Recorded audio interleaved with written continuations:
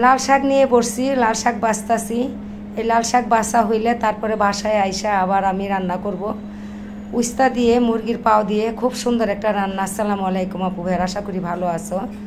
আজ উস্তা ভাজি দিয়ে দুপুরে ভাত খাবো, সেটা রান্না করব, সেটা একটু দেখাবো তোমাদেরকে। তো আপনারা প্রতিদিন এক টাইম শাক খাবেন, এক টাইম না, এক টাইম ভাতের সাথে শাক রাখবেন। লাল শাক, যে কোনো শাক, পুঁই শাক, হেঁচি শাক, কলমি শাক, যে কোনো শাকে আপনারা কিন্তু খাইবেন। শাক খাওয়া তো অনেক স্বাস্থ্যের জন্য অনেক উপকার। আন্টি, আমাদের একটা আন্টি আসছে শাক বাটা দেখার জন্য। হ্যাঁ হ্যাঁ, এই যে আমাদের একটা আন্টি, দেখেন, দেখছেন? হ্যাঁ, আমাদের আন্টি, আমরা শাক বাছতেছি, আন্টিও দেখতেছে। বেশি করে শাক খাইন আন্টি। হ্যাঁ, বেশি করে শাক খাবেন।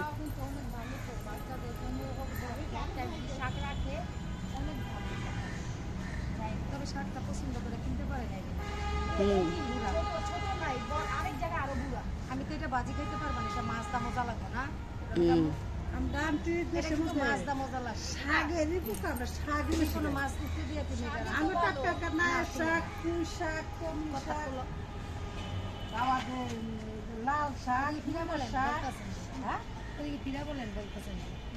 বলেন, দেশের কথা বলেন। দেশের লাল শাক, পুঁই শাক, মূলা শাক, দাওয়াতের লাইয়ের শাক, মজা অনেক। টাটকা জিনিস নিজেদের দেশের জিনিস সেটা খায়, খুব মজা করে সেটা বললো আর কি। আর আমাদের ঢাকা খাই আমরা তো সার দেওয়া জিনিসগুলা পাই, বন্ধ করে দেবো, সমস্যা নেই। শুধু তরকারি খাইতেছে, এমনি করো সবাই মিলা। খাও খাও, বিসমিল্লাহ। রিনা ইয়া খাওয়াইব, খামু নাকে। মজা হয়েছে? হ্যাঁ, এটা হলো সকালের নাস্তা। একটা কি বলবো, আপা বলবো না ভাবি বলবো না, কিছুই বলবা না, বান্ধবী বলো। আপা রান্না করছে ডাটা চিংড়ি মাছ দিয়ে, আলু দিয়ে, বাস অনেক মজা হয়েছে। বাস এটা হচ্ছে ভালোবাসা, খাওয়াটা বড় কথা না। ঠিক আছে, আমরা এখন ডাটা কাটলাম, বাসায় করবো রান্না। আর রেডিমেড ডাটার তরকারি পাইলাম, ডাটা বসে খাইতেছি। ঠিক আছে না?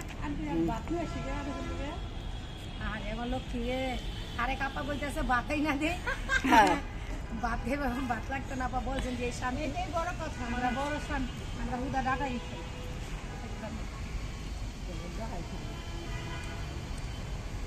থ্যাংক ইউ মুন্নি আপা। রং করো না, শর্ট করো না, এটা খাইতে না ফালাই দিবা।